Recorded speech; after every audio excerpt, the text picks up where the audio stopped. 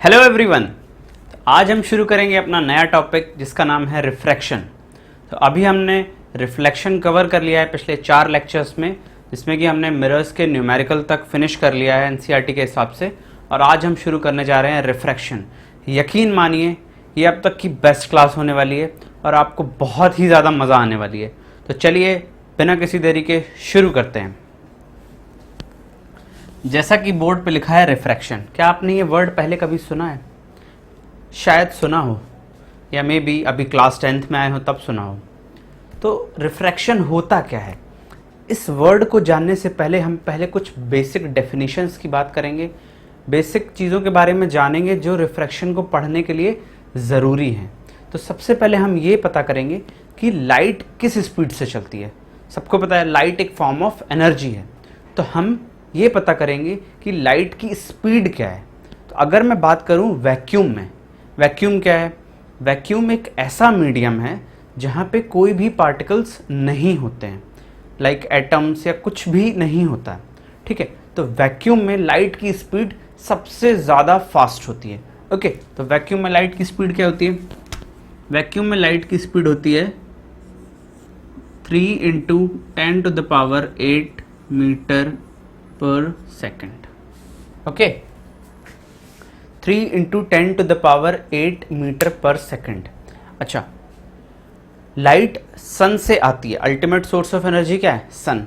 तो सन से अर्थ तक आने में लाइट को कितना समय लगता है? सन से अर्थ तक लाइट को आने में 8 मिनट का समय लगता है। तो अगर एक्सीडेंटली, वैसे तो मैं बड़ी अजीब सी बात कर रहा हूँ बट फिर भी आपको मैं बता रहा हूँ कि सपोज किसी ने सन को स्विच ऑफ कर दिया।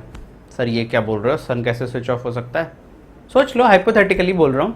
अगर किसी ने सन को स्विच ऑफ कर दिया तो हमें 8 मिनट तक पता नहीं चलेगा। ओके, क्यों? क्योंकि लाइट को सन से अर्थ तक पहुंचने में 8 मिनट का टाइम लगता है।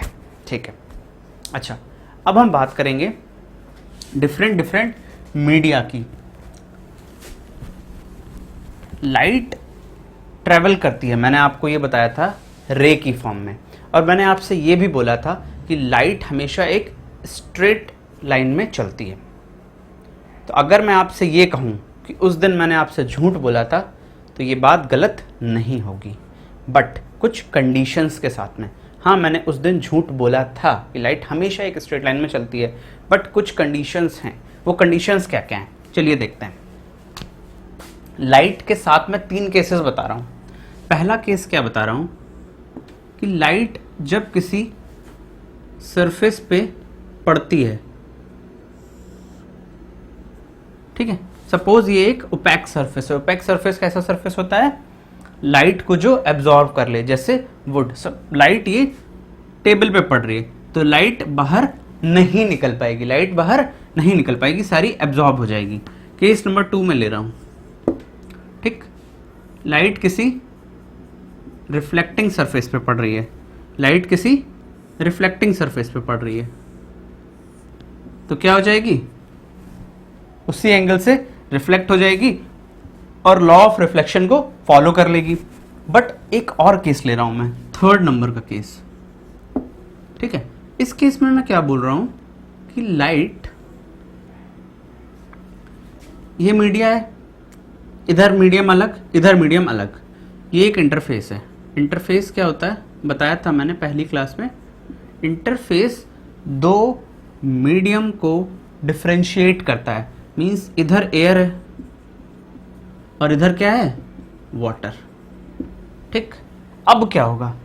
अब अगर मैं बात करूं तो लाइट ट्रेवल की स्ट्रेट लाइन में, बट जैसे ही इंटरफेस पे आई और उसने देखा कि इधर वाला मीडिया अलग था और इधर वाला मीडिया अलग था, तो वो क्या करेगी?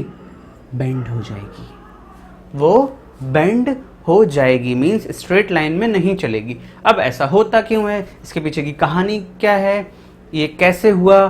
तो अब हम सारी कहानी डिटेल में पढ़ेंगे और बहुत ही इंटरेस्टिंग वे में पढ़ेंगे। तो चलिए अब हम स्टार्ट करते हैं।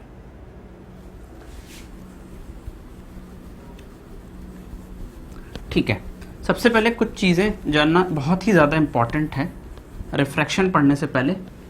मैं आपको बताता हूँ मीडिया कितने तरह के होते हैं।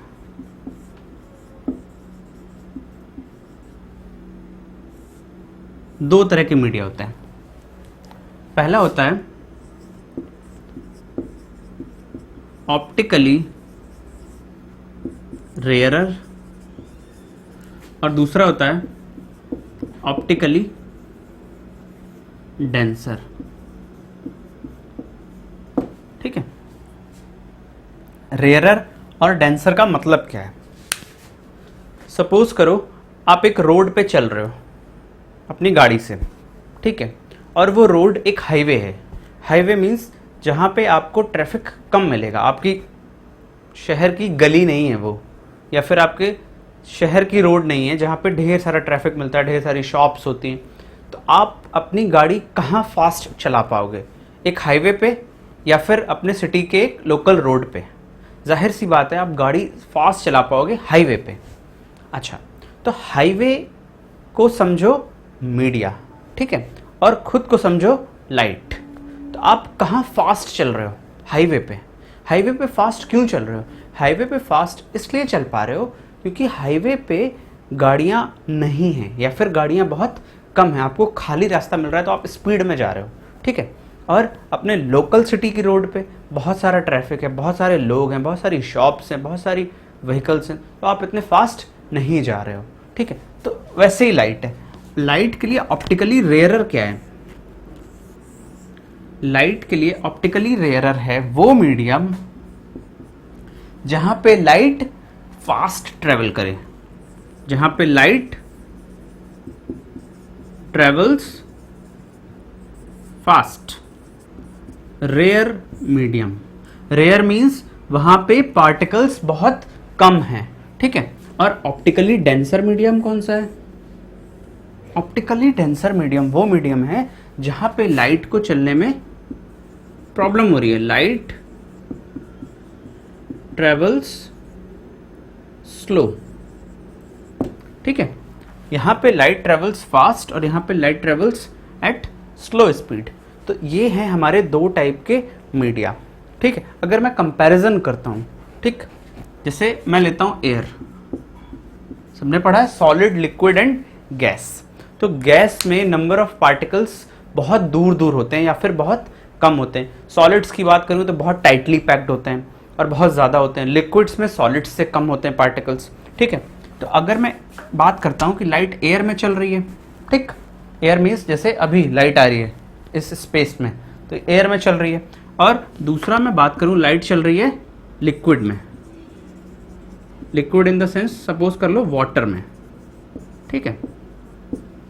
तो अगर मैं इन दोनों को कंपेयर करूं तो लाइट के लिए ऑप्टिकली रेयरर कौन है और ऑप्टिकली डेंसर कौन है? लाइट के लिए ऑप्टिकली रेयरर है एयर।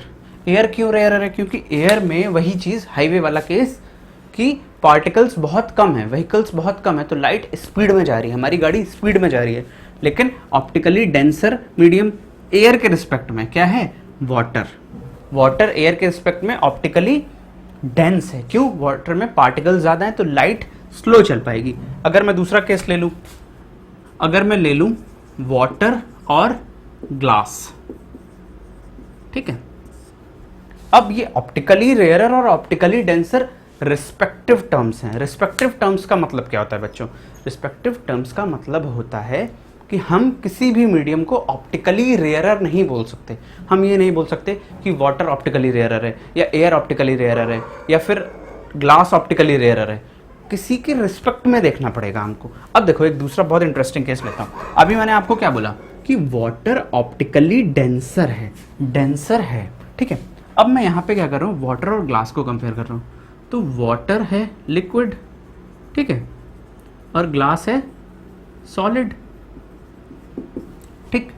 तो लिक्विड और सॉलिड की अगर मैं बात करूं तो लाइट अगर लिक्विड से ट्रेवल करेगी, ठीक है, और सॉलिड से ट्रेवल करेगी तो कहाँ ज़्यादा तेज चल पाएगी?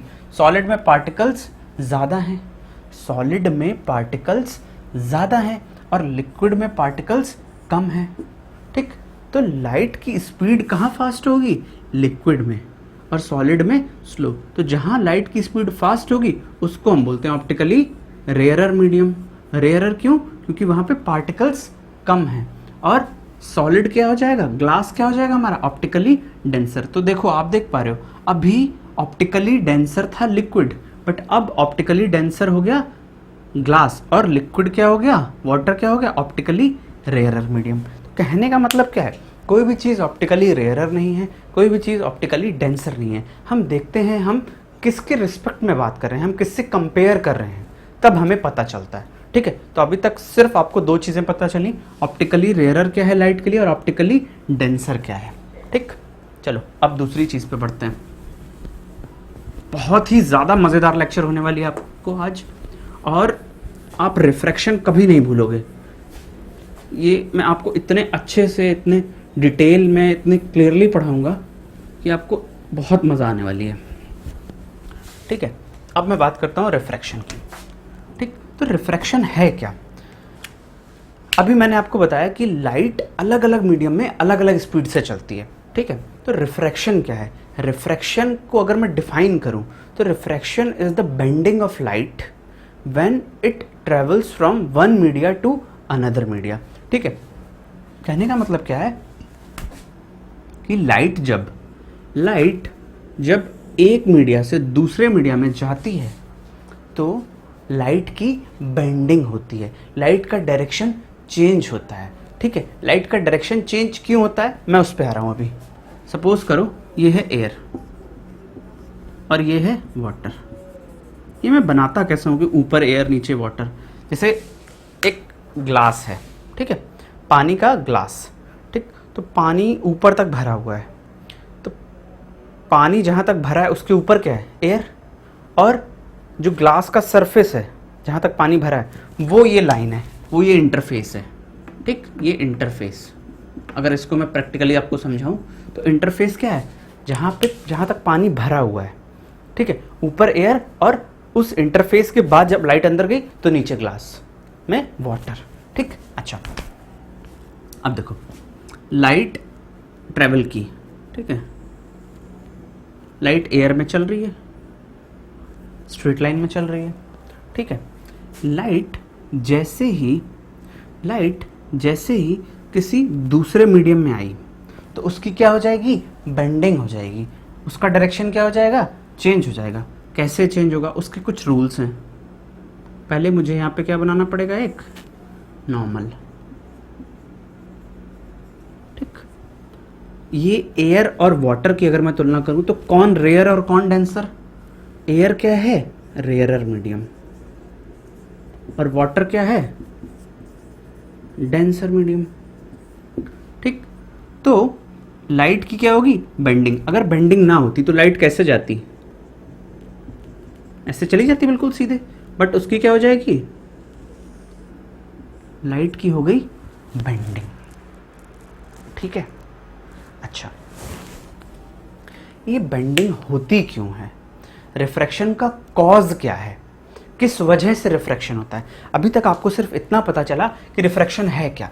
रिफ्रैक्शन कुछ नहीं, बस सीधी सी एक लाइन की डेफिनेशन है, the bending in the path of light when it travels from one medium to different medium. एक मीडियम से दूसरे मीडियम में जब लाइट जाती है तो उसकी हो जाती है बेंडिंग। अगर ये मीडियम सेम होता, यहाँ पानी ना होता, एयर होता, तो यहाँ पर टकरा के वापस रिफ्लेक्शन हो जाता।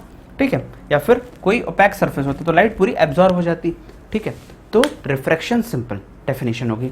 अच्छा, अब रिफ्रैक्शन का कॉज क्या है, हम उस पर चलते हैं कि रिफ्रैक्शन होता क्यों है, ये लाइट मुड़ती क्यों है। ठीक, तो अभी तक हमने एक चीज़ आपको बताई कि लाइट की जो स्पीड है वो डिफरेंट मीडिया में अलग अलग होती है। क्यों अलग अलग होती है? लाइट की स्पीड अलग अलग इसलिए होती है कि अलग अलग टाइप के मीडिया होते हैं, जैसे ऑप्टिकली रेयरर मीडिया या ऑप्टिकली डेंसर मीडिया। तो जब लाइट ऑप्टिकली रेयरर मीडियम में चलती है तो उसकी स्पीड ज़्यादा होती है, और ऑप्टिकली डेंसर मीडियम में चलती है तो उसकी स्पीड कम हो जाती है, क्योंकि उसको टकराने के लिए बहुत सारी चीज़ें मिल जाती हैं। अच्छा, तो अगर मैं आपसे बात करूं कि रिफ्रैक्शन हो क्यों रहा है, तो रिफ्रैक्शन का सीधा सा बस एक ही कारण है। वो कारण क्या है कि लाइट की स्पीड अलग अलग मीडियम में अलग अलग होती है। That's it, that's the simplest reason of the refraction. अच्छा, इस वजह से उसकी बेंडिंग होती है या स्पीड में डिफरेंस आता है। अच्छा, इसके अंदर की कहानी क्या है, चलो उसको जान लेते हैं।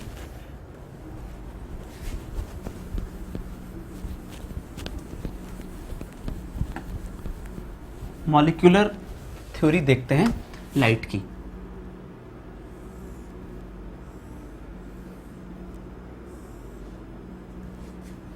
मानो ये एयर है, यहाँ पे क्या है, एयर, और यहाँ पे क्या है, ये है ग्लास। ठीक, ग्लास स्लैब सबने देखी होगी। ठीक है, ग्लास स्लैब में क्या भरे होंगे, मॉलिक्यूल्स।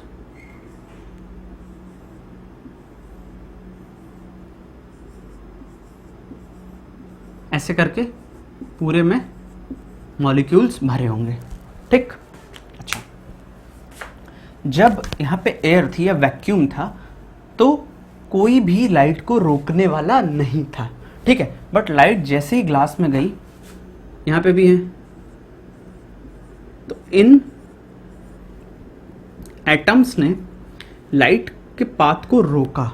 ठीक है, रोका कैसे, इस एटम ने लाइट को एब्जॉर्ब किया, ठीक, और फिर एमिट किया। सिमिलरली इस एटम ने एब्जॉर्ब किया, फिर एमिट किया, फिर इसने एब्जॉर्ब किया, फिर एमिट किया, फिर एब्जॉर्ब किया, फिर एमिट किया, फिर एब्जॉर्ब किया, फिर एमिट किया, फिर एब्जॉर्ब किया, फिर एमिट किया, और उसके बाद जाके लाइट कहीं बाहर निकली। ठीक, तो हुआ क्या लाइट के साथ, लाइट के पाथ को रोकने वाले एटम्स मिले उसको रास्ते में। इस वजह से लाइट की स्पीड कुछ स्लो हो गई, और यही कारण है कि लाइट की क्या हो जाती है, बेंडिंग हो जाती है। वो जिस सीधे रास्ते से जा रही थी उस रास्ते से नहीं जा पाती, उसको रोकने वाले बहुत लोग मिल जाते हैं, इस वजह से लाइट क्या हो जाती है, बेंड हो जाती है। ठीक है प्यारे बच्चों, चलो, तो रिफ्रैक्शन का सीधा सा कॉज क्या है, रिफ्रैक्शन का कॉज ये है कि bending of light occurs because different medium have different speed. Okay, her medium में लाइट की स्पीड अलग अलग होती है। ओके, अच्छा, अब देखो, तो अगर मैं आपसे बात करता हूं कि रिफ्रैक्शन का कॉज आपको क्लियर हो गया, ठीक है। अब देख लेते हैं कि रिफ्रैक्शन को मेजर करने के लिए हमने क्या बनाया, रिफ्रैक्शन को मेजर करने के लिए हमने बनाया रिफ्रैक्टिव इंडेक्स। ठीक है, रिफ्रैक्टिव इंडेक्स। तो ये रिफ्रैक्टिव इंडेक्स हमें क्या बताता है, ये रिफ्रैक्टिव इंडेक्स हमें बताता है extent of bending. Extent of bending का मतलब क्या है, रिफ्रैक्टिव इंडेक्स हमें ये बताता है कि लाइट की बेंडिंग कितनी हो रही है। ठीक है, extent of bending, extent of bending of light is defined by refractive index। ठीक, रिफ्रैक्टिव इंडेक्स हमें क्या बताता है कि लाइट कितनी बेंड हो रही है, और लाइट कितनी बेंड हो रही है ये किस चीज से रिलेटेड होना चाहिए, ये रिलेटेड होता है स्पीड से। क्योंकि अभी मैंने आपको बोला कि लाइट की स्पीड अलग अलग मीडियम में अलग अलग होती है, तो लाइट की बेंडिंग कितनी हो रही है ये हमें कैसे पता चलेगा। लाइट क्या चाहती है, लाइट ये चाहती है कि जिस मीडियम में वो आसानी से चल पा रही है उस मीडियम में वो ज़्यादा टाइम ट्रैवल करे, और जिस मीडियम में वो स्लो चल रही है उसमें वो कम ट्रैवल करे। तो लाइट की स्पीड अलग अलग है दोनों मीडियम्स में। ठीक है, sorry, it's not mediums, it's medium, plural form is media. Okay, I am sorry. तो लाइट अलग अलग ट्रैवल करती है अलग अलग स्पीड के साथ अलग अलग मीडियम में। तो होता क्या है, रिफ्रैक्टिव इंडेक्स हमें क्या बताता है, हमें लाइट की स्पीड का रेशियो बताता है कि किस मीडियम में फास्ट चल रही है और किस मीडियम में स्लो चल रही है। ठीक है, तो रिफ्रैक्टिव इंडेक्स दो टाइप के होते हैं। रिफ्रैक्टिव इंडेक्स कितने टाइप के होते हैं, रिफ्रैक्टिव इंडेक्स होते हैं दो टाइप के। वैसे तो कोई टाइप नहीं है, बट हाँ समझने के लिए, आपके लिए चीज़ें आसान करने के लिए मैं आपको बता रहा हूँ कि रिफ्रैक्टिव इंडेक्स, पहले तो रिफ्रैक्टिव इंडेक्स को मैं डिफाइन कर लेता हूँ। अभी मैंने बता दिया आपको कि एक्सटेंट ऑफ बेंडिंग फॉर्मूला के टर्म्स में क्या है वो देख लो। दो टाइप के रिफ्रैक्टिव इंडेक्स हैं, एब्सोल्यूट और रिलेटिव। ठीक, तो रिफ्रैक्टिव इंडेक्स एक ऐसा टर्म है जो कि कभी भी किसी एक मीडिया के लिए डिफाइन नहीं होगा। ठीक है, वो किसी के रिस्पेक्ट में ही डिफाइन होगा कि इसमें लाइट स्लो चल रही है, इसमें लाइट फास्ट चल रही है। ठीक, तो एब्सोल्यूट रिफ्रैक्टिव इंडेक्स क्या है? एब्सोल्यूट रिफ्रैक्टिव इंडेक्स देखते हैं। सपोज करो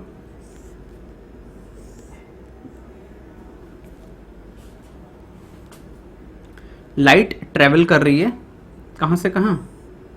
एयर से, ये है ग्लास। ठीक, तो लाइट बेंड करेगी, उसको ऐसे जाना चाहिए बट वो कुछ ऐसे जाएगी। अब किधर बेंडिंग होती है वो सब चीज़ें हम आगे देख रहे हैं। ठीक है, तो एब्सोल्यूट रिफ्रैक्टिव इंडेक्स क्या है और रिलेटिव रिफ्रैक्टिव इंडेक्स क्या है? तो एब्सोल्यूट रिफ्रैक्टिव इंडेक्स हम उसको बोलते हैं जब हम लाइट का रिफ्रैक्टिव इंडेक्स को डिनोट करने के लिए दो सिंबल्स हैं, या तो n या तो म्यू। ठीक, आप किसी से भी डिनोट कर सकते हो। तो एब्सोल्यूट रिफ्रैक्टिव इंडेक्स क्या है? जब भी हम लाइट का रिफ्रैक्टिव इंडेक्स किसके टर्म्स में लेंगे या किसके रिस्पेक्ट में लेंगे? एयर के रिस्पेक्ट में, तो उसको मैं बोलूंगा एब्सोल्यूट रिफ्रैक्टिव इंडेक्स, या फिर उसका दूसरा नाम, उसको सिर्फ हम खाली रिफ्रैक्टिव इंडेक्स भी बोल सकते हैं। या तो एब्सोल्यूट रिफ्रैक्टिव इंडेक्स बोल दो या फिर only refractive index. Okay, absolute refractive index और refractive index, it's the same thing. तो रिफ्रैक्टिव इंडेक्स हम कैसे लिखते हैं?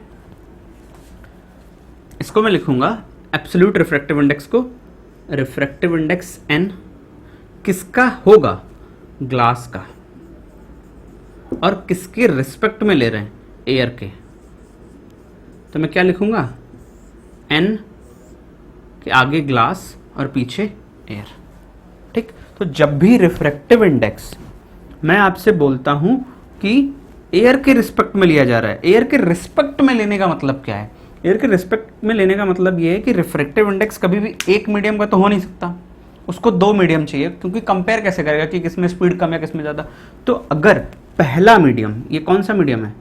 पहला मीडियम कौन सा होता है? जिसमें लाइट पहले ट्रेवल करती है, और जिसमें लाइट बाद में ट्रेवल करती है वो सेकंड मीडियम।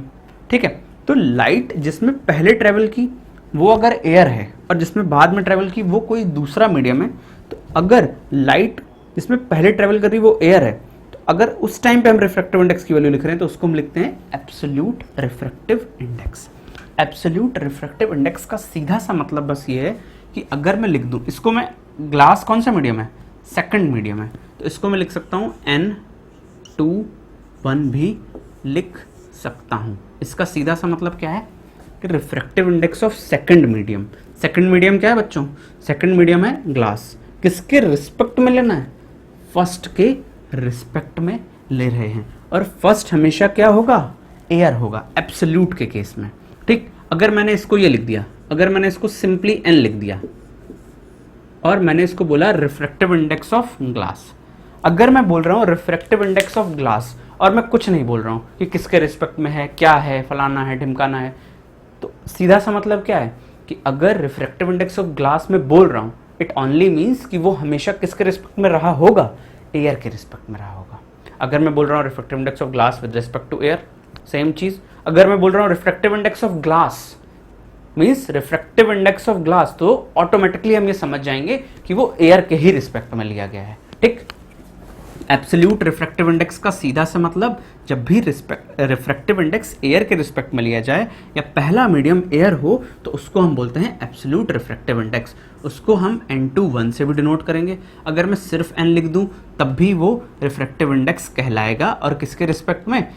एयर के रिस्पेक्ट में। मीन्स रिफ्रैक्टिव इंडेक्स हमेशा किसी के रिस्पेक्ट में मेजर किया जाता है, और अगर कुछ नहीं लिखा है कि किसके रिस्पेक्ट में है तो वो एयर होगा।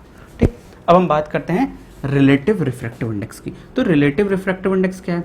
सपोज करो यहाँ पे है वाटर, क्या लिख रहा हूं मैं? और ये मैंने बना दिया एक इंटरफेस, और यहाँ पे है ग्लास, ये मैंने बनाई नॉर्मल। ठीक ठीक। अगर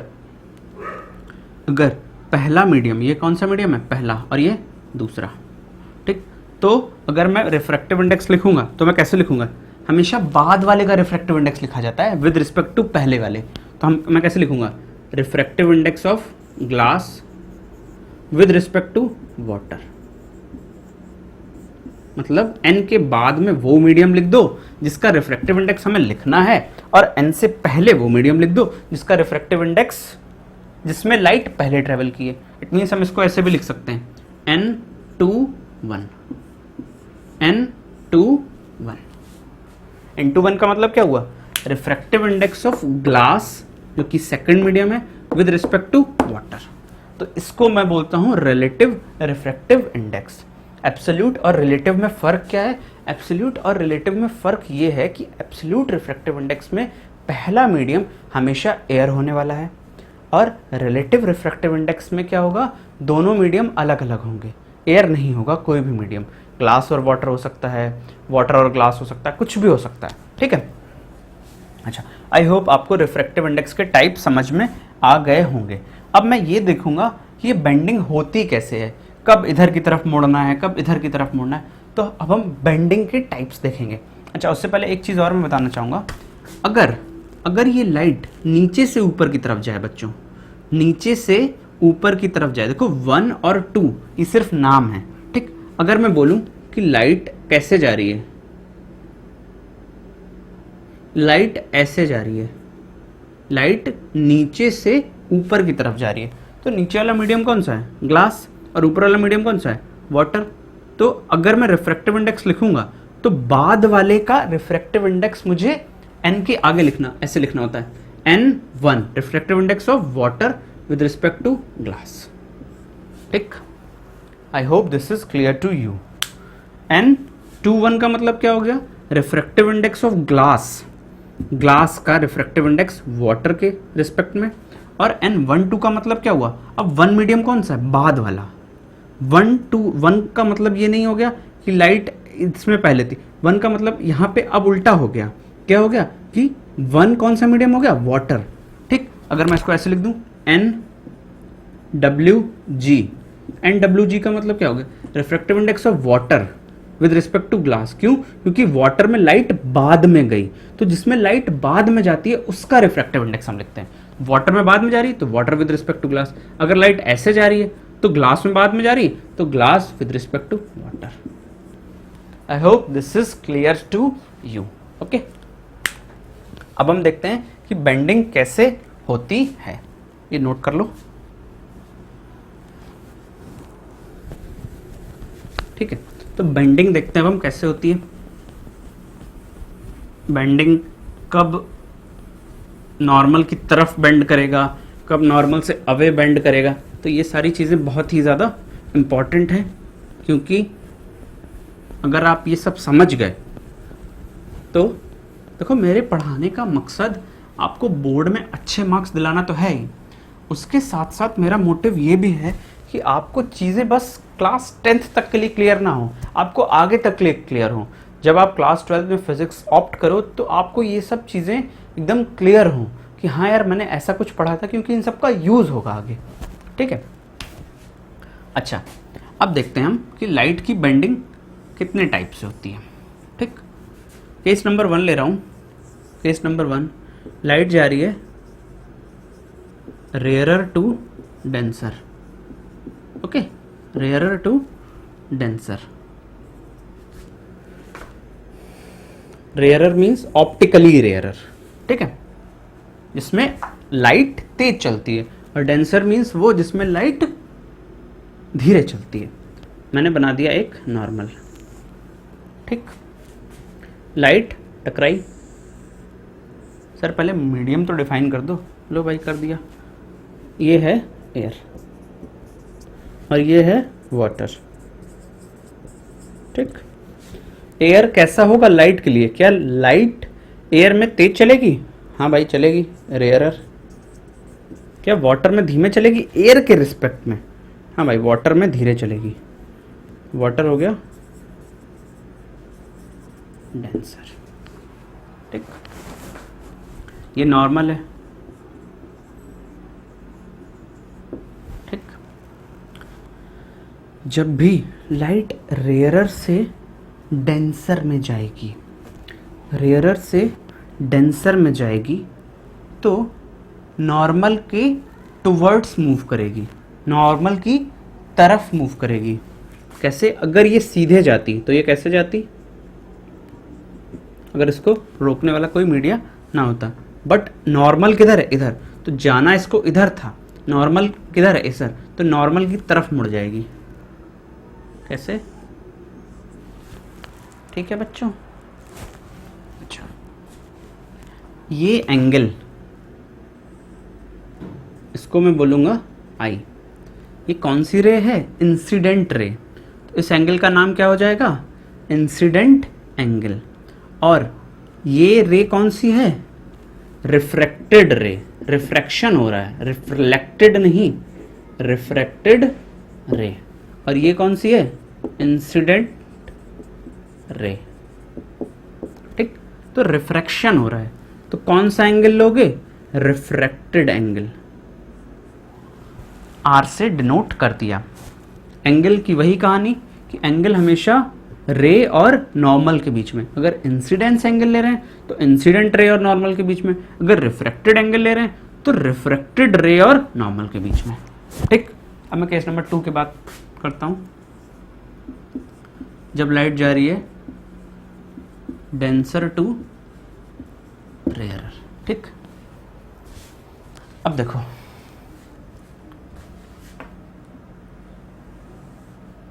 ठीक, ये मैंने बना दिया एक इंटरफेस, नॉर्मल, ठीक। लाइट आ रही है, मीडियम डिफाइन कर देता हूं। सपोज करो अब मीडियम पलट गया, ऊपर क्या हो गया? वाटर, और नीचे क्या हो गया? एयर, ठीक। अभी इधर क्या था? ऊपर एयर और नीचे वाटर। तो एयर में लाइट कैसे चलेगी? तेज चलेगी। तो एयर हो गया रेयरर मीडियम और ये हो गया डेंसर मीडियम। तो जब भी लाइट डेंसर से रेयरर मीडियम में ट्रेवल करेगी तो लाइट नॉर्मल से अवे मूव करेगी। अगर सीधा रास्ता होता तो कैसे जाती लाइट? ठीक। बट लाइट अब कहां जाएगी? नॉर्मल से अवे मूव करेगी। I hope this is clear to you. जब लाइट रेयरर टू डेंसर आ रही थी तो कहां जा रही थी? नॉर्मल की तरफ जा रही थी। बट जब लाइट डेंसर टू रेयरर जा रही है तो नॉर्मल से दूर। सीधा रास्ता ये था। अब हम दूर और पास कैसे कंफ्यूजन नहीं होना चाहिए। पहले ये बना लो कि अगर सीधे जाती तो कैसे जाती, अगर सीधे जाती तो ऐसे जाती, अगर नॉर्मल के पास आ रही है तो इस रास्ते से नॉर्मल की तरफ आएगी, और अगर सीधे जाती तो ऐसे जाती, नॉर्मल की तरफ इधर है और नॉर्मल से अवे इधर है। तो ये एंगल कौन सा एंगल हो गया? एंगल ऑफ इंसिडेंस, जिसको कि मैं आई से डिफाइन करूंगा। और ये एंगल कौन सा हो गया? Angle of refraction. ओके, तो रेयरर टू डेंसर और डेंसर टू रेयरर आपको याद कैसे करना है? कंफ्यूजन हो जाएगी, उनको पता है, बच्चों को बहुत कंफ्यूजन होती है। Rarer to denser, rarer to denser, R2D। Rarer, एक चीज याद कर लो, दूसरी हमेशा उसके उल्टी हो जाएगी। Rarer to denser, R2D, RD। अगर बोर्ड में अच्छे नंबर लाने हैं तो RD शर्मा के, RD शर्मा मैथ्स की बुक है, उसके हिंदी में लिख रहा हूं, उसके पास जाना पड़ेगा। ठीक, R2D, RD के पास, रेयरर टू डेंसर, नॉर्मल के पास। I hope this is clear. बहुत फनी वे में बता रहा हूं, ठीक है, बट मैं तो ऐसे ही याद रखता था जब 10th में था। आर डी शर्मा के पास जाना पड़ेगा, तो R2D rarer to denser normal के पास, RD के पास, रेयरर टू डेंसर RD, तो रेयरर टू डेंसर नॉर्मल के पास, तो RD के पास मीन्स नॉर्मल के पास। और जब ये रेयरर टू डेंसर नॉर्मल के पास जाना है, नॉर्मल की तरफ जाना है, तो डेंसर टू रेयरर नॉर्मल से दूर जाना है। ठीक है, I hope this is clear to you, please note it down.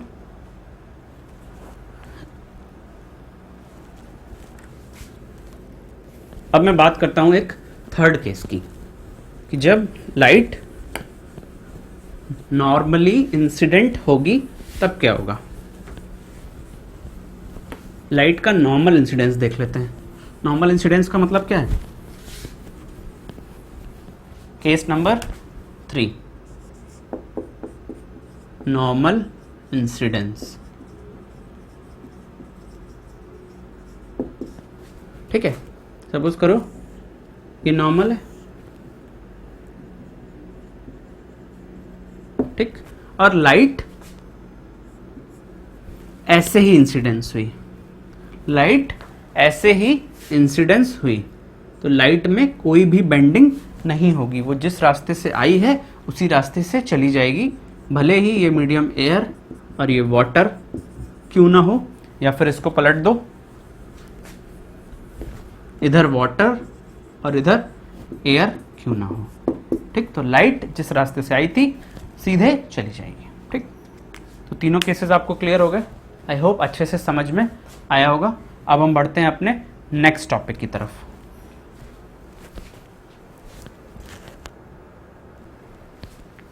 Okay, तो अब हम देखते हैं कि रिफ्रैक्टिव इंडेक्स को हम कैसे रिप्रेजेंट करेंगे in terms of formula.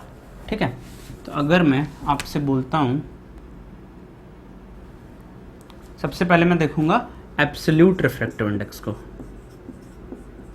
Absolute. ठीक है, अच्छा, अगर मैं बोल रहा हूं एब्सोल्यूट का मतलब अभी मैंने आपको बहुत अच्छे से समझा दिया। एब्सोल्यूट ओनली मीन्स कि पहला वाला मीडियम एयर है और दूसरा वाला मीडियम कुछ भी हो सकता है। ठीक है, तो देखो मैं यहां पे लिख रहा हूं, ये है एयर और ये है वाटर। ये वाटर ग्लास भी हो सकता है, कुछ भी हो सकता है, ये इंटरफेस, ये नॉर्मल रेयरर से डेंसर में जाएगी, आर से डी, आर डी के पास मीन्स नॉर्मल के पास, आर डी के पास। ठीक, ऐसे जानी चाहिए थी, बट कैसे जाएगी? नॉर्मल के पास चली जाएगी। तो ये मीडियम को मान लो नंबर 1। ठीक, 1 और 2 हम किसी को भी नंबर दे सकते हैं। ठीक है, अच्छा, अब देखो एब्सोल्यूट रिफ्रैक्टिव इंडेक्स को मैं कैसे लिखूंगा? N21। रिफ्रैक्टिव इंडेक्स ऑफ, हमेशा बाद वाले का रिफ्रैक्टिव इंडेक्स लिखते हैं, मैं इसको लिख भी दे रहा हूं, इसको लिखेंगे refractive index of water with respect to air. ठीक, ये हो गया N21 का मतलब। ठीक, refractive index of water with respect to air. अच्छा, तो इस चीज को मैं लिख सकता हूं speed of light in air, जिसको कि हम किससे डिनोट करते हैं? Speed of light in air को हम किससे डिनोट करते हैं? Speed of light in air. In air बोलता हूं या इन वैक्यूम बोलता हूं, एक ही बात है। इन एयर को मैं डिनोट करता हूं स्मॉल c से। होती क्या है स्पीड एयर या वैक्यूम में? 3 × 10⁸ मीटर पर सेकंड। ठीक, N21 का मतलब क्या होगा? Speed of light in 1 medium 1 upon, बहुत अच्छे से नोट कर लो, सारे न्यूमेरिकल चुटकियों में बना लोगे, स्पीड ऑफ लाइट इन 2। ठीक है, अच्छा, तो speed of light in air को हम कहते क्या है? Speed of light in air को हम क्या कहते हैं बेटा? हम कहते हैं c, और लाइट इन टू, ये वाटर है, मानो इसमें एयर में c स्पीड से चल रही है लाइट और यहाँ पे किसी स्पीड v से चल रही है, तो क्या हो गया? c/v। अब मैंने अभी क्या बताया था, n/1 हम लिख तो रहे हैं आपको समझाने के लिए, बट एब्सोल्यूट के केस में जब पहला मीडियम एयर है तो यहाँ पे 1 लिखने की ज़रूरत नहीं है, हम सिर्फ n भी लिख सकते हैं। अगर सिर्फ n लिखा है तो इट मीन्स रिफ्रैक्टिव इंडेक्स की वैल्यू क्या है? c/v। और किसका रिफ्रैक्टिव इंडेक्स? वाटर का, n ऑफ वाटर। जब भी n ऑफ वाटर लिखा है और पहले कुछ नहीं लिखा है, इट मीन्स वो किसका रिफ्रैक्टिव इंडेक्स होगा? वो रिफ्रैक्टिव इंडेक्स होगा वाटर का एयर के रिस्पेक्ट में। ठीक, n की वैल्यू क्या होगी बेटा? c/v। ये हो गया रिफ्रैक्टिव इंडेक्स का फॉर्मूला। अब इसको नोट कर लो, ये चीज बहुत ही ज्यादा इंपॉर्टेंट है कि अगर n से पहले कुछ नहीं लिखा है, इट मीन्स कि वो एयर के रिस्पेक्ट में है। ओके, अच्छा, इतना समझ आ गया। अब मैं बात करूंगा रिलेटिव रिफ्रैक्टिव इंडेक्स की।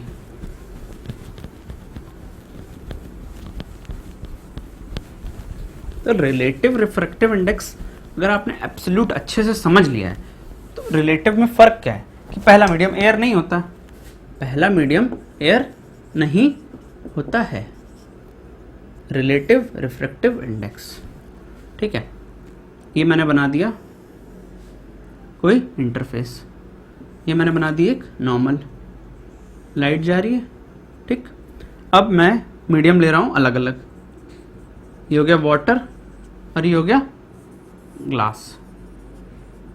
ठीक है, अब देखो वाटर से ग्लास, वाटर क्या है? रेयरर, ग्लास के रिस्पेक्ट में।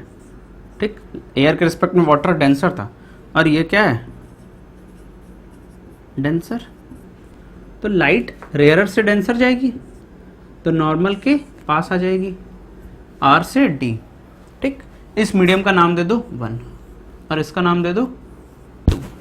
ठीक, अब समझो, अब क्या कह रहा हूं मैं, हमेशा बाद वाले का रिफ्रैक्टिव इंडेक्स लिखते हैं पहले वाले के रिस्पेक्ट में। बाद वाला कौन सा? जिसमें लाइट बाद में ट्रेवल की, तो n/1। n/1 का मतलब क्या हो गया? n glass water. Refractive index, इसको कैसे पढ़ेंगे? Refractive index of second medium with respect to first medium. I hope this is very clear to you. Okay, इसकी वैल्यू क्या हो जाएगी? अभी मैंने आपको बताया रिफ्रैक्टिव इंडेक्स का फॉर्मूला क्या? स्पीड ऑफ लाइट पहले वाले मीडियम में, स्पीड ऑफ लाइट दूसरे वाले मीडियम में, उन दोनों का रेशियो। तो पहले वाले मीडियम में स्पीड ऑफ लाइट को मान लो v1 क्योंकि मीडियम का नाम 1 है, और इसमें स्पीड मान लो v2। ठीक है, तो वैल्यू क्या हो जाएगी? v1/v2। I hope this is clear to you. बहुत ही सिंपल है, बहुत ही सिंपल। और मैं आपको बता नहीं सकता कि जब मैं बच्चों से बात करता हूं उनको कितनी कंफ्यूजन होती है इसमें v1, v2, n/1, n/2। This is really simple guys, try to understand. Second medium का रिफ्रैक्टिव इंडेक्स फर्स्ट के रिस्पेक्ट में, speed of first upon speed of second. अच्छा, मैं केस को चेंज कर देता हूं। मैं क्या कर देता हूं, अब पहले आप इतना नोट कर लो, मे बी आपको कंफ्यूजन हो जाए, प्लीज नोट दिस डाउन। ठीक है, उसके बाद मैं इसको केस को चेंज कर रहा हूं। ठीक, अब मैं क्या कर रहा हूं कि लाइट, अब 1, 2 नाम दे दिया मैंने, ये 1 है ये 2 है, इससे कोई फर्क नहीं पड़ता। अब मैंने बोला कि लाइट जो है वो जा रही है कुछ ऐसे। ठीक, लाइट जा रही है ऐसे। तो फर्स्ट मीडियम कौन सा है बेटा? ग्लास। और सेकंड मीडियम कौन सा है? वाटर। तो हम रिफ्रैक्टिव इंडेक्स अब कैसे लिखेंगे? रिफ्रैक्टिव इंडेक्स हम लिखेंगे n/1, क्योंकि बाद वाले का लिखते हैं। लाइट बाद में अब कहाँ जा रही है? वाटर में जा रही है। अगर नीचे से ऊपर जा रही है लाइट, अब देखो नीचे से ऊपर जा रही है तो लॉ भी फॉलो हो रहा है। कैसे लॉ फॉलो हो रहा है? लॉ फॉलो हो रहा है नीचे वाला डेंसर, तो डेंसर से कहाँ जा रही है? रेयरर में। देखो डेंसर से रेयरर में जा रही है, तो ऐसे सीधे जानी चाहिए थी लाइट, ऐसे। ठीक, बट नॉर्मल से दूर हो गई, डेंसर से रेयरर नॉर्मल से दूर हो गई। ठीक, ये चीज़ क्लियर हो रही। अब बाद वाला मीडियम कौन सा है? फर्स्ट। तो हम रिफ्रैक्टिव इंडेक्स हमेशा बाद वाले का लिखते हैं पहले वाले के रिस्पेक्ट में। तो refractive index of first with respect to 2 क्या हो जाएगा? पहले वाले में वेलोसिटी। तो पहले वाले में वेलोसिटी क्या है? पहले वाले का मतलब 1 नहीं है, पहले वाले का मतलब होता है लाइट जिसमें पहले घुसी। तो पहला वाला कौन सा है? 2। तो v2 अपॉन v1। ये हो गए आपके दो फॉर्मूले। n21 is equal to v1 by v2 और n12 is equal to v2 by v1। I hope this is clear to you. Please note this down. ठीक है, अच्छा अब मैं आपको एक और रिलेशन बताता हूं जो कि और भी ज़्यादा इंटरेस्टिंग है। ठीक है, और उसके बाद मैं आपको बताऊंगा लॉज ऑफ रिफ्रैक्शन। देखो बच्चों, मैं आपको बोल रहा हूं n21 की वैल्यू है v1 बाई v2। ठीक, n21 की वैल्यू है v1 बाई v2। ठीक है, अच्छा एग्जाम्पल भी ले ले रहा। ये मीडियम है water. I am promising you this is the best class ever for refraction. Please try to understand. आप क्लास की गहराई तक जाओ, इसको समझो। बहुत ही आसान है रिफ्रैक्शन, बहुत ही ज्यादा। कंफ्यूज नहीं होना। एक बार में आपको समझ में नहीं आ रहा है, एक बार और देखो, आपको जरूर समझ में आएगा। ठीक है, वाटर और ग्लास इंटरफेस बना दिया, बना दिया। लाइट यहां से water rarer, glass denser, normal की तरफ बेंड हो गई, नॉर्मल की तरफ बेंड हो गई। इसका नाम मैंने दिया 1 और इसका नाम मैंने दिया 2। अगर मैं बोल रहा हूं कि वाटर का रिफ्रैक्टिव इंडेक्स सिर्फ, अब हमें जो किसी के रिस्पेक्ट में नहीं चाहिए, अगर मैं बोल रहा हूं सिर्फ वाटर का रिफ्रैक्टिव इंडेक्स, सिर्फ वाटर का रिफ्रैक्टिव इंडेक्स, तो क्या मैं उसको n ऑफ वाटर लिख सकता हूं? हाँ, लिख सकता हूं। n ऑफ वाटर लिख दिया तो रिफ्रैक्टिव इंडेक्स तो हमेशा किसी के रिस्पेक्ट में होता है। तो ये किसके रिस्पेक्ट में हुआ? एयर के रिस्पेक्ट में, मतलब पहले कहीं एयर थी। ठीक, तो इसकी वैल्यू क्या हो गई? इसकी वैल्यू क्या हो गई? c by v1। वाटर में स्पीड 1 है, यहाँ पे स्पीड v1 है और यहाँ पे स्पीड v2 है। वाटर कौन सा मीडियम है? फर्स्ट। तो n1 की वैल्यू क्या हो गई? n1 की वैल्यू क्या हो गई बेटा? n1 की वैल्यू हो गई c बाई v1। n1 क्या? वाटर का रिफ्रैक्टिव इंडेक्स अलग से। अच्छा, अब ग्लास का रिफ्रैक्टिव इंडेक्स देखो। अगर मैं लिख रहा हूं ग्लास का रिफ्रैक्टिव इंडेक्स, इट मीन्स वो किसके रिस्पेक्ट में रहा होगा? एयर के रिस्पेक्ट में रहा होगा। तो ग्लास का रिफ्रैक्टिव इंडेक्स की वैल्यू क्या हो जाएगी? c by v2। किसके रिस्पेक्ट में? एयर के रिस्पेक्ट में। तो एयर में पहले घुसी तो एयर की वेलोसिटी पहले और उसके बाद ग्लास की। इतनी चीज समझ में आती है? अच्छा, अब अगर मैं इस इक्वेशन को इन दोनों इक्वेशन से रिलेट करूं, यह है इक्वेशन नंबर 1, यह है इक्वेशन नंबर 2 और यह है इक्वेशन नंबर 3। ठीक है, n2 और n1, इस इक्वेशन को इससे डिवाइड करो ज़रा, इस इक्वेशन को इससे डिवाइड करो। ठीक है, कर देता हूँ divide. n2 by n1, n2 by n1 क्या हो जाएगी value? c by v2, division कर रहा हूँ c बाई v1, तो मल्टीप्लिकेशन हो जाएगा और रेसिप्रोकल हो जाएगा v1 बाई c, c से c cancel. n2 by n1 की वैल्यू क्या आ गई? v1 by v2। n2 by n1 की वैल्यू आ गई v1 बाई v2। ये हो गई आपकी equation number 4। I hope this is clear to you. If you have any doubt, please comment me as much as possible. I will clear each and every doubt. ठीक है, अब देखो, अब equation number 1 को और 4 को रिलेट कराओ। v1/v2 इधर भी, v1/v2 इधर भी। तो क्या मैं ये लिख सकता हूँ? अब मैं यहाँ पे लिख रहा हूँ, क्या मैं ये लिख सकता हूँ? n21 is equal to n2/n1।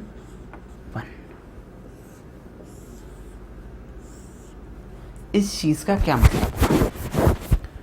बहुत सीधा सा मतलब है। n21/n1 का मतलब क्या हो गया? Refractive index of second with respect to 1 किसके इक्वल होगा? Refractive index of second with respect to air, क्योंकि अगर n2 लिखा है इसका मतलब एयर के रिस्पेक्ट में है, divided by refractive index of first with respect to air. ठीक है, तो हमारे पास प्रॉपर रिलेशन तैयार हो गया। अब n2 और n1 की अलग अलग वैल्यूज क्या है? n2 को अगर मैं सिर्फ n2, अगर उसके आगे नहीं लिखता हूँ कुछ भी कि किस रिस्पेक्ट में, तो हमेशा एयर के रिस्पेक्ट में होता है, और एयर में वेलोसिटी क्या होती है? c होती है वेलोसिटी, तो c/v1 लिख देता हूँ मैं, या मैं इसको सिर्फ n भी लिख देता था पहले अगर एक ही मीडियम होता था, बट यहाँ पे क्या है, दो हैं तो n2 और n1 लिख दिया। तो हमारे पास जो सबसे इंपॉर्टेंट रिलेशन निकल के आ गया वो क्या निकल के आ गया? n21 की वैल्यू क्या होगी बच्चों? n21 की वैल्यू होगी v1/v2 और n2/n1।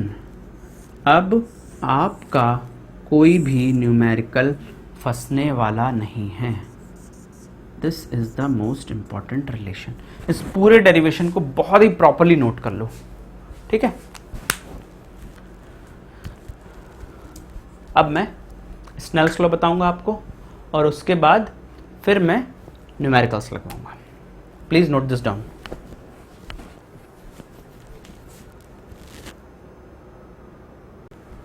ओके स्टूडेंट्स, तो अब हम बात करते हैं लॉज ऑफ रिफ्रैक्शन की। तो जैसे हमने लॉज ऑफ रिफ्लेक्शन पढ़े थे, वैसे ही लॉज ऑफ रिफ्रैक्शन है। तो पहला लॉ क्या कहता है? Incident ray, refracted ray and normal to the interface at the point of incidence all lie in the same plane. इस चीज का मतलब क्या है?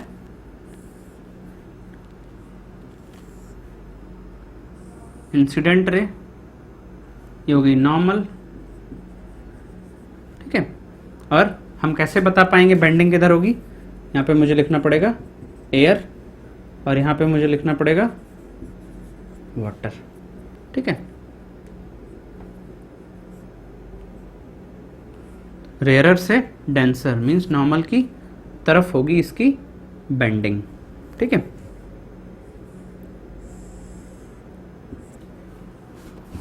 तो कहने का अर्थ क्या है कि इंसिडेंट रे, नॉर्मल और रिफ्रैक्टेड रे, angle of incidence, angle of refraction, तो ये सारी रेज एक प्लेन में लाई करेंगी, ठीक है। ऐसा नहीं होगा कि कोई इस प्लेन में है, कोई इस प्लेन में है, ठीक है। एक पर्टिकुलर प्लेन पे ही ये सारी रेज लाई करने वाली हैं, ठीक है। अच्छा, सिंपल। ऐसे ही लॉ ऑफ रिफ्लेक्शन में भी था कि इंसिडेंट रे और रिफ्रैक्टेड की जगह पे, टी की जगह पे क्या था? रिफ्लेक्टेड रे। रिफ्रैक्टेड रे की जगह पे वहां पे क्या था? Reflected ray and normal to the interface at the point of incidence. At the point of incidence क्या होता है? जिस पॉइंट पे वो इंसिडेंस हो रही है, वो सब एक ही प्लेन में लाया करती हैं, ठीक है। तो ये इतना इंपॉर्टेंट नहीं है। इंपॉर्टेंट क्या है? सेकंड लॉ, इसको क्या हम बोलते हैं? Snell's law. और ऐसे ही हूबहू पूछ लिया जाता है, स्नेल्स लॉ बताओ भाई। स्नेल्स लॉ इंपॉर्टेंट है। अच्छा, एनसीईआरटी जब आप खोलोगे तो आपको पहले लॉज ऑफ रिफ्लेक्शन पढ़ाए जाएंगे, सॉरी लॉज ऑफ रिफ्रैक्शन पढ़ाए जाएंगे, और उसके बाद बोला जाएगा let's talk about refraction. But मैंने आपको रिफ्रैक्शन का आइडिया बहुत ही डिटेल में पहले ही दे दिया। क्या है रिफ्रैक्शन? Bending of light. जब लाइट एक मीडियम से दूसरे मीडियम में जाती है। रिफ्रैक्टिव इंडेक्स क्या है? एक्सटेंट ऑफ बेंडिंग बताता है, कितनी बेंडिंग होती है। कैसे मेजर करता है? लाइट की वेलोसिटीज को कंपेयर करके, लाइट की वेलोसिटीज के रेशियो से पता चलता है कि कितनी बेंडिंग हो रही है, ठीक है। तो दूसरा लॉ ऑफ रिफ्लेक्शन, रिफ्रैक्शन क्या है? दूसरा लॉ है स्नेल्स लॉ, ठीक। बहुत ही ज्यादा इंपॉर्टेंट, बहुत ही ज्यादा ध्यान से देखना। स्नेल्स लॉ क्या कहता है? सपोज मैंने यहां पे बना लिया एक इंटरफेस, ये मैंने बना ली नॉर्मल, लाइट गिरी, ये थी एयर और ये था वाटर, रेयरर से डेंसर नॉर्मल के तरफ।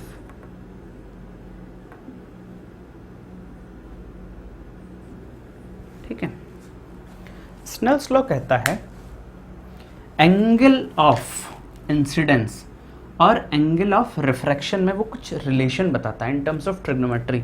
वो ये कहता है कि sine of angle of incidence, sine of angle of incidence का मतलब क्या हुआ,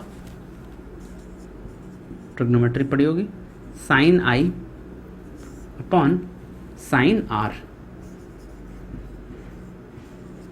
की वैल्यू क्या होती है, एक कांस्टेंट होती है। ये होता है हमारा स्नेल्स लॉ। ठीक है, स्नेल्स लॉ क्या कह रहा है कि sine of I upon sine of R अगर हम करें तो वो कांस्टेंट होगी, और वो कांस्टेंट होगा क्या, वो कांस्टेंट होगा रिफ्रैक्टिव इंडेक्स। अब इसको बहुत ही डिटेल में जाके पढ़ने की जरूरत है, खाली ऐसे लिख दिया sine I by sine are is equal to constant ना, समझ लो, कोई भी क्वेश्चन नहीं फंसेगा, कोई भी क्वेश्चन नहीं फंसेगा। अब देखो इसकी गहराई में जाते हैं जरा। वो कहता है sine I by sine are is equal to constant, और वो कांस्टेंट होगा रिफ्रैक्टिव इंडेक्स। रिफ्रैक्टिव इंडेक्स कौन सा वाला, रिफ्रैक्टिव इंडेक्स रिलेटिव वाला। ठीक है, क्योंकि यहाँ पे कौन से मीडियम हैं, दोनों मीडियम अलग अलग हैं, एक वाटर है एक रेयर है, सॉरी एक एयर है। ठीक, this is denser this is rarer, तो sine I by sine are की जो वैल्यू होगी वो रिफ्रैक्टिव इंडेक्स के बराबर होगी। बट कौन सा रिफ्रैक्टिव इंडेक्स, अगर मैं इसको सेकंड मीडियम बोल दूं और इसको फर्स्ट मीडियम बोल दूं, तो स्नेल्स लॉ कहता है sine I by sine are is equal to refractive index n/1। वो क्या कहता है, sine I by sine are की जो वैल्यू है वो इक्वल होगी refractive index of second medium with respect to first medium, refractive index of second medium with respect to first medium. ठीक है, और refractive index of second medium with respect to first medium हम कैसे निकालते हैं, चुटकियों में निकालते हैं। हमको पता है n/1 की वैल्यू क्या होती है, अगर वेलोसिटी के टर्म्स में लिखें तो v1 बाई v2, जिसमें लाइट पहले गई उसकी वेलोसिटी ऊपर, जिसमें लाइट बाद में गई उसकी वेलोसिटी बाद में। और अगर हम इनके इंडिविजुअल रिफ्रैक्टिव इंडेक्स के बारे में लिखें, अगर एयर के अलग लिखें वाटर के अलग लिखें, तो वैल्यू क्या होती है n2 बाई n1। अभी हमने पढ़ रखा है, इंडिविजुअल का मतलब क्या, एयर का अलग वाटर का अलग। ठीक, अच्छा अब समझो कहने का मतलब क्या हुआ, कहने का मतलब ये हुआ कि sine I by sine are की जो वैल्यू है वो refractive index of second medium with respect to first medium के इक्वल होगी। और इसमें एक कंडीशन है, वो कंडीशन क्या है कि ये स्नेल्स लॉ की वैल्यू तभी कांस्टेंट आएगी, तभी वैल्यू कांस्टेंट आएगी जब हम लाइट लें एक पर्टिकुलर कलर की। मतलब अगर रेड कलर की लाइट ले ली तो अलग रिजल्ट आएगा, कांस्टेंट नहीं आएगा, येलो कलर की ले ली तो उसका रिजल्ट अलग आएगा। और दूसरी चीज क्या इंपॉर्टेंट है कि पेयर ऑफ मीडिया सेम होने चाहिए। अगर हम एयर और वाटर ले रहे हैं तो एयर और एयर वाटर मीडिया ले लिए, दो मीडिया प्लस रेड कलर, इसके लिए वैल्यू कांस्टेंट आएगी। अगर हम लाइट का कलर चेंज कर दिया, अगर हमने येलो कलर की लाइट डाली और एयर और वाटर ले रहे हैं तो रिजल्ट अलग आएगा।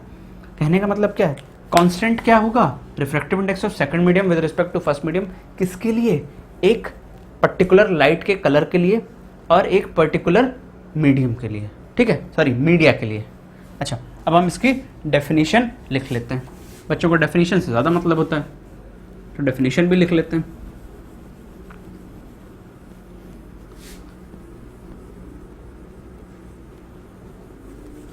स्नेल्स लॉ की डेफिनेशन क्या कहती है, इट स्टेट्स दैट, अगर आप लिखना चाहें मैं लिख भी दे रहा हूं, it states that sine of angle of incidence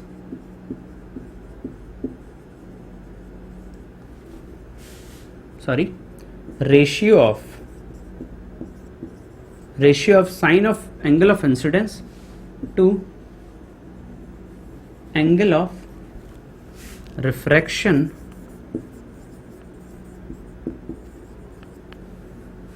is constant for a particular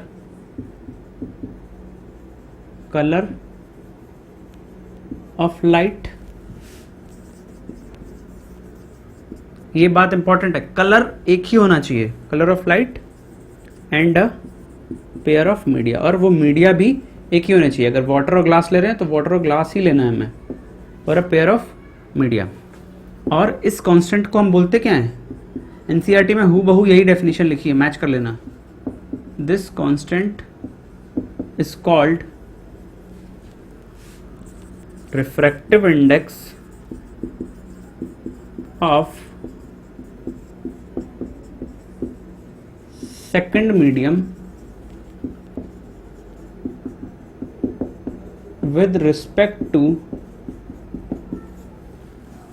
first medium.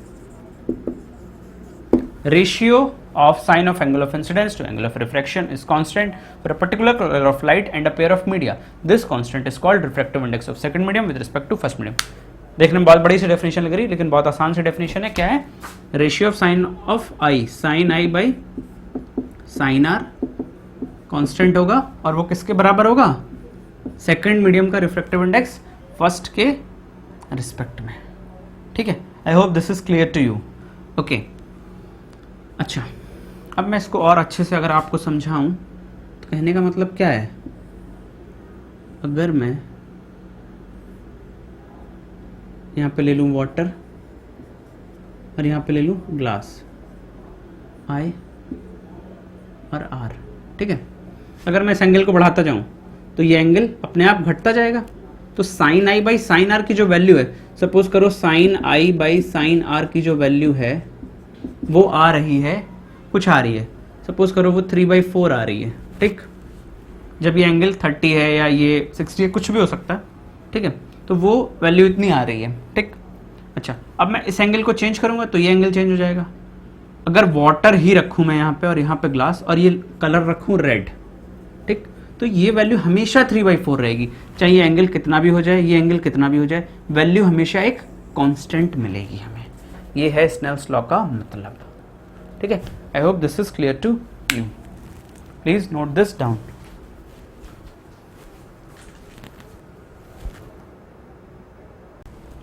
Okay, तो ये है हमारा लास्ट टॉपिक, इसके बाद हम न्यूमेरिकल्स करेंगे। तो ये टॉपिक पढ़ना ज़रूरी है, क्योंकि आपको इससे रिलेशन समझ में आ जाएगा कि रिफ्रैक्टिव इंडेक्स और ऑप्टिकल डेंसिटी में क्या रिलेशन है, वेलोसिटी में क्या रिलेशन है। तो सीधा सा अगर मैं आपको रिलेशन समझाऊं कि अगर कोई मीडियम ऑप्टिकली डेंसर है, कैसा है? ऑप्टिकली डेंसर, ठीक है, ठीक, तो उसमें रिफ्रैक्टिव इंडेक्स की वैल्यू ज़्यादा होगी। ओके, अगर मैं एग्जांपल लूं तो अगर मैं एयर की बात करूं और वाटर की बात करूं, ठीक है, तो एयर में रिफ्रैक्टिव इंडेक्स की वैल्यू होती है 1, वाटर में होती है 1.33। अब आप खुद ही देख लो, मैं एक केस और लेता हूं, डायमंड ले लेता हूं।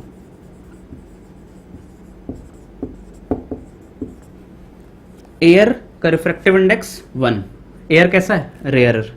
ठीक, water in comparison to air, अगर एयर और वाटर को हम देखते हैं तो वाटर का रिफ्रैक्टिव इंडेक्स है कम, एयर से कम।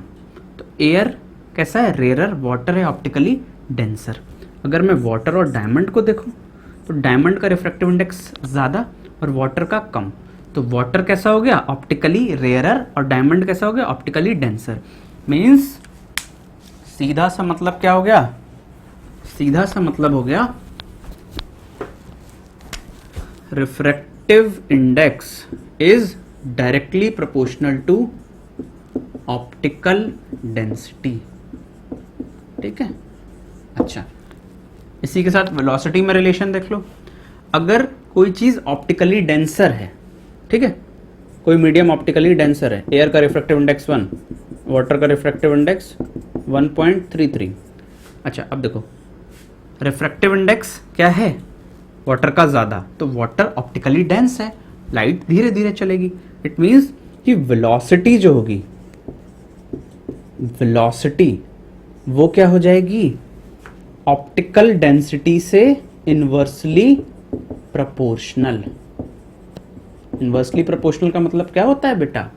वेलोसिटी कम होगी अगर ऑप्टिकल डेंसिटी ज़्यादा है। ये तो हम पहले ही पढ़ चुके हैं कि अगर किसी मीडियम में लाइट धीरे धीरे ट्रेवल कर रही है, इट मीन्स वो ऑप्टिकली डेंस है, उसकी ऑप्टिकल डेंसिटी ज़्यादा है। ठीक, तो इसका सीधा सा मतलब क्या हो गया कि जो रिफ्रैक्टिव इंडेक्स है हमारा वो भी क्या है, इन्वर्सली प्रोपोर्शनल वेलोसिटी से। ठीक है, मीन्स अगर रिफ्रैक्टिव इंडेक्स की वैल्यू ज़्यादा, इसका मतलब क्या, medium optically dense.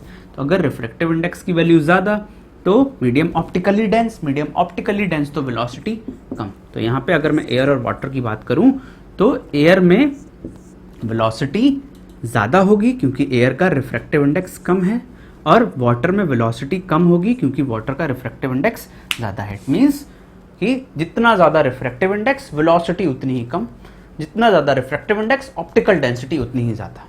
I hope आपको क्लियर हो गया होगा। Please note this down.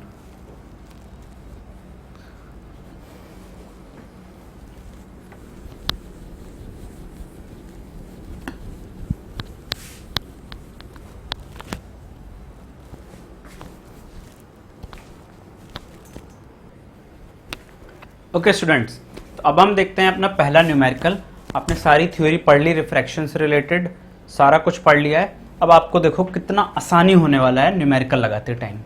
Question पढ़ो पहला, light enters from air to glass. अच्छा, एयर बोले या वैक्यूम बोले सेम थिंग, ठीक है। Light enters from air to glass having refractive index 1.50, means light कहाँ से कहाँ जा रही है, लाइट जा रही है एयर टू ग्लास, ये है एयर या फिर वैक्यूम, और यहां से लाइट जा रही है कहां पे, ग्लास में, मीन्स रेयरर से डेंसर में जा रही है तो नॉर्मल के पास आएगी। Having refractive index 1.50। अब समझो, बहुत ही आसान हो जाएगा आपके लिए। लाइट कहां से कहां जा रही है, एयर से ग्लास में जा रही है। क्या ये एब्सोल्यूट वाला रिफ्रैक्टिव इंडेक्स है? हाँ है। क्यों? क्योंकि पहला मीडियम एयर है। तो हम सिर्फ क्या लिख सकते हैं, n of g, refractive index of glass. With respect to air लिखने की जरूरत नहीं है। तो रिफ्रैक्टिव इंडेक्स ऑफ ग्लास कितना है, अगर मैं बोल रहा हूँ refractive index of glass, means किसके रिस्पेक्ट में है, ये एयर के रिस्पेक्ट में है, ऑटोमेटिकली 1.5। ठीक।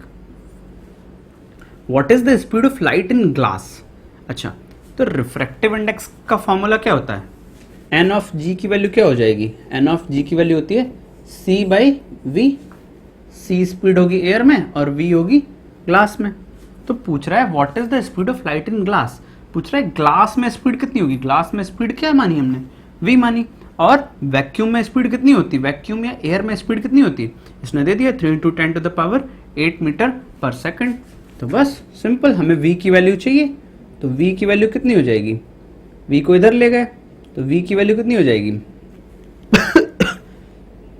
c by N G. ठीक है, हमें c गिवन है ऑलरेडी, 3 × 10⁸ अपॉन 1.5। ठीक है, तो v की वैल्यू कितनी आ गई बेटा, v की वैल्यू आ गई 2 × 10⁸ मीटर पर सेकंड। मीन्स ग्लास में स्पीड क्या हो गई, देखो अभी मैंने आपको बताया कि ग्लास में स्पीड क्या हो गई, कम हो गई। क्यों? क्योंकि एयर ऑप्टिकली रेयरर मीडियम है और ग्लास ऑप्टिकली डेंसर मीडियम है। ठीक है, तो ऑप्टिकली डेंसर मीडियम, देखो एयर में स्पीड थी 3 × 10⁸, यहाँ पे हो गई 2 × 10⁸। ग्लास में स्पीड क्या हो गई, कम हो गई। ठीक है, अब हम देखते हैं अपना नेक्स्ट क्वेश्चन। ओके स्टूडेंट्स, तो अब हम देखेंगे अपना नेक्स्ट क्वेश्चन। एनसीईआरटी से मैंने ये क्वेश्चन उठाया है और इसमें जो डेटा था उसको मैंने थोड़ा कम डेटा यूज़ किया है। बहुत सारे मीडियम्स दिए हुए थे तो मैंने थोड़े कम मीडिया लिए हैं। अच्छा, तो यहाँ पे क्वेश्चन में इंपॉर्टेंट क्या है कि पूछ क्या रहा है, क्वेश्चन में पूछ रहा है कि ये मीडियम है और ये उनके रिफ्रैक्टिव इंडेक्स से पूछ रहा है सबसे ज़्यादा ऑप्टिकल डेंसिटी किसकी होगी। तो अभी मैंने आपको थोड़ी देर पहले बताया कि ऑप्टिकल डेंसिटी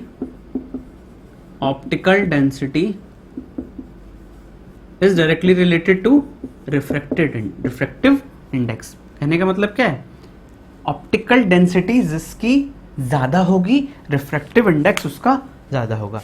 ऑप्टिकल डेंसिटी से आप क्या समझते हो, ऑप्टिकल डेंसिटी का मतलब होता है लाइट उस मीडियम में कैसे चलेगी, धीरे चलेगी। ऑप्टिकली डेंस मीडियम होगा अगर, तो लाइट की स्पीड स्लो होगी। तो ऑप्टिकल डेंसिटी अगर ज़्यादा है, optical density is directly related to refractive index. अगर ऑप्टिकल डेंसिटी ज़्यादा है मीन्स रिफ्रैक्टिव इंडेक्स ज़्यादा होगा, या फिर उल्टे शब्दों में कहें अगर रिफ्रैक्टिव इंडेक्स ज़्यादा है तो ऑप्टिकल डेंसिटी की वैल्यू ज़्यादा होगी। तो यहाँ पे रिफ्रैक्टिव इंडेक्स सबसे ज़्यादा किसका है? रिफ्रैक्टिव इंडेक्स सबसे ज़्यादा है डायमंड का। इट मीन्स डायमंड की ऑप्टिकल डेंसिटी सबसे ज़्यादा है। ऑप्टिकल डेंसिटी सबसे ज़्यादा होने का मतलब क्या हुआ कि डायमंड में लाइट सबसे स्लो चलेगी। और अगले क्वेश्चन में उसने पूछा है कि ऑप्टिकल डेंसिटी सबसे कम किसकी है, तो एयर की है 1.003। इट मीन्स कि एयर में लाइट सबसे फास्ट ट्रेवल करेगी। इतना सा क्वेश्चन है ये।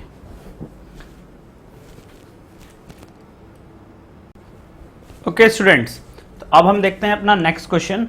ठीक है, तो वैल्यूज दे दिए केरोसिन, टर्पेंटाइन और वाटर, 3 मीडियम है, इनके रिफ्रैक्टिव इंडेक्स की वैल्यू दी हुई है। ठीक, बहुत ही इंटरेस्टिंग क्वेश्चन और बहुत ही आसानी से आप समझ जाओगे। बोल रहा है रिफ्रैक्टिव इंडेक्स को देख के बताओ कि लाइट इन तीनों मीडियम में सबसे फास्ट किस में ट्रेवल करेगी। क्या वो केरोसिन में सबसे तेज ट्रेवल करेगी, या वो टर्पेंटाइन ऑयल में सबसे तेज ट्रेवल करेगी, या वो वाटर में सबसे तेज ट्रेवल करेगी। तो हम कैसे बताएंगे? हमें पता है कि जो रिफ्रैक्टिव इंडेक्स होता है वो डायरेक्टली प्रोपोर्शनल किसके होता है? डायरेक्टली प्रोपोर्शनल होता है ऑप्टिकल डेंसिटी के। ऑप्टिकल डेंसिटी, ऑप्टिकल डेंसिटी का मतलब क्या हुआ? ऐसा मीडियम जो ऑप्टिकली डेंस है, जिसमें लाइट धीरे धीरे चलती है। तो रिफ्रैक्टिव इंडेक्स अगर ज़्यादा है, अगर रिफ्रैक्टिव, अभी मैंने बताया भी था कि रिफ्रैक्टिव इंडेक्स अगर ज़्यादा है इट मीन्स कि लाइट की जो स्पीड है, वेलोसिटी है, वो क्या होगी? कम होगी। मीन्स रिफ्रैक्टिव इंडेक्स वेलोसिटी से इनवर्सली प्रोपोर्शनल है। बस खत्म कहानी। ऑप्टिकल डेंसिटी ज़्यादा तो रिफ्रैक्टिव इंडेक्स ज़्यादा। अगर रिफ्रैक्टिव इंडेक्स ज़्यादा है, ऑप्टिकल डेंसिटी ज़्यादा है, इसका मतलब क्या हुआ कि लाइट धीरे धीरे चल रही है, और ऑप्टिकल डेंसिटी ज़्यादा होती है तो रिफ्रैक्टिव इंडेक्स भी ज़्यादा होता है। तो अगर ऑप्टिकल डेंसिटी ज़्यादा है तो लाइट कैसे चलेगी? धीरे धीरे चलेगी। तो रिफ्रैक्टिव इंडेक्स सबसे ज़्यादा किसका है? रिफ्रैक्टिव इंडेक्स सबसे ज़्यादा है टर्पेंटाइन ऑयल का। और सबसे कम किसका है? वाटर का है। तो वाटर का रिफ्रैक्टिव इंडेक्स है 1.31। इट मीन्स कि वाटर की ऑप्टिकल डेंसिटी सबसे कम है इन तीनों में, क्योंकि सबसे कम रिफ्रैक्टिव इंडेक्स है। और अगर ऑप्टिकल डेंसिटी सबसे कम है इन तीनों में से मीन्स लाइट तेज चल पाएगी। मीन्स स्पीड सबसे ज़्यादा फास्ट किसमें होगी? वाटर में। लाइट फास्टेस्ट ट्रेवल करेगी वाटर में। अगर मैं डायरेक्ट शब्दों में बोलूं तो जिसका रिफ्रैक्टिव इंडेक्स ज़्यादा, हिंदी में लिख देता हूं, जिसका रिफ्रैक्टिव इंडेक्स ज़्यादा उसमें लाइट फास्ट ट्रेवल करती है। आई होप आपको समझ में आ गया होगा। ठीक है, अब हम बढ़ते हैं अपने नेक्स्ट क्वेश्चन की तरफ। तो ये है आज का लास्ट क्वेश्चन। ठीक है, क्वेश्चन बोल रहा है refractive index of diamond is 2.42। जैसे ये स्टेटमेंट पढ़ा वैसे ही समझ में आ गया कि डायमंड का रिफ्रैक्टिव इंडेक्स किसके रिस्पेक्ट में लिया गया है? एयर के रिस्पेक्ट में लिया गया है। तो क्या मैं लिख सकता हूं एन ऑफ डायमंड 2.42 मीन्स यहाँ पे ए लिख दूं, एयर के रिस्पेक्ट में या ना लिखूं कोई फर्क नहीं पड़ता क्योंकि ये एब्सोल्यूट है। रिफ्रैक्टिव इंडेक्स का फॉर्मूला C/V। ठीक, पूछ रहा है रिफ्रैक्टिव इंडेक्स डायमंड का 2.42 है। इस बात का मतलब क्या है? इस स्टेटमेंट का मतलब क्या है? अब देखो ध्यान से समझो। रिफ्रैक्टिव इंडेक्स की वैल्यू है 2.42 और रिफ्रैक्टिव इंडेक्स होता क्या है? C/V। मीन्स अगर मैं लिख दूं C/V is equal to 2.42। V क्या है? लाइट की स्पीड डायमंड में, और C क्या है? लाइट की स्पीड एयर में या वैक्यूम में। इट मीन्स कि रेशियो लाइट की स्पीड का वैक्यूम में और डायमंड में कितना है? अगर लाइट की स्पीड एयर की या फिर वैक्यूम की डिवाइड कर दें हम किससे? डायमंड की स्पीड से, तो उसकी वैल्यू आएगी 2.42। इट मीन्स क्या है कि ऊपर वाली चीज ज्यादा है और नीचे वाली चीज कम है, तभी तो वैल्यू मिल रही है हमें कुछ 1 से ज्यादा।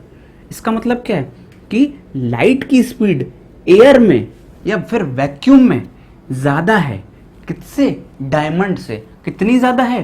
2.42 टाइम्स। तो इस क्वेश्चन का सीधा सा आंसर हम क्या लिखेंगे? Speed of light is faster in vacuum in comparison to diamond by 2.42 times. या फिर दूसरे शब्दों में हम ये भी लिख सकते हैं कि speed of light in diamond is slow than speed of light in air by 2.42 times. Means diamond में अगर लाइट ट्रेवल करेगी तो वो 2.42 टाइम्स स्लोली ट्रेवल करेगी इन कंपैरिजन टू एयर। सीधा सा मतलब ये है। आई होप आपको आज की क्लास अच्छी लगी होगी। मैंने बहुत ही कोशिश की है कि मैं आपको हर चीज़ बहुत ही डिटेल में समझा सकूं, आपको रिफ्रैक्शन में कभी कोई डाउट ना रह जाए। तो प्लीज़ अगर आपको वीडियो अच्छा लग रहा है तो आप लाइक कीजिए, इससे हमको बहुत ही ज़्यादा एनकरेजमेंट मिलता है आपके लिए अच्छे अच्छे वीडियोस बनाने का। और प्लीज़ इस चैनल को सब्सक्राइब कीजिए जिससे कि आपको अगले वीडियो का नोटिफिकेशन तुरंत मिल जाए। तो नेक्स्ट लेक्चर में हम शुरू करेंगे स्फेरिकल लेंसेज। ओके, तो बने रहिए हमारे साथ। Thank you.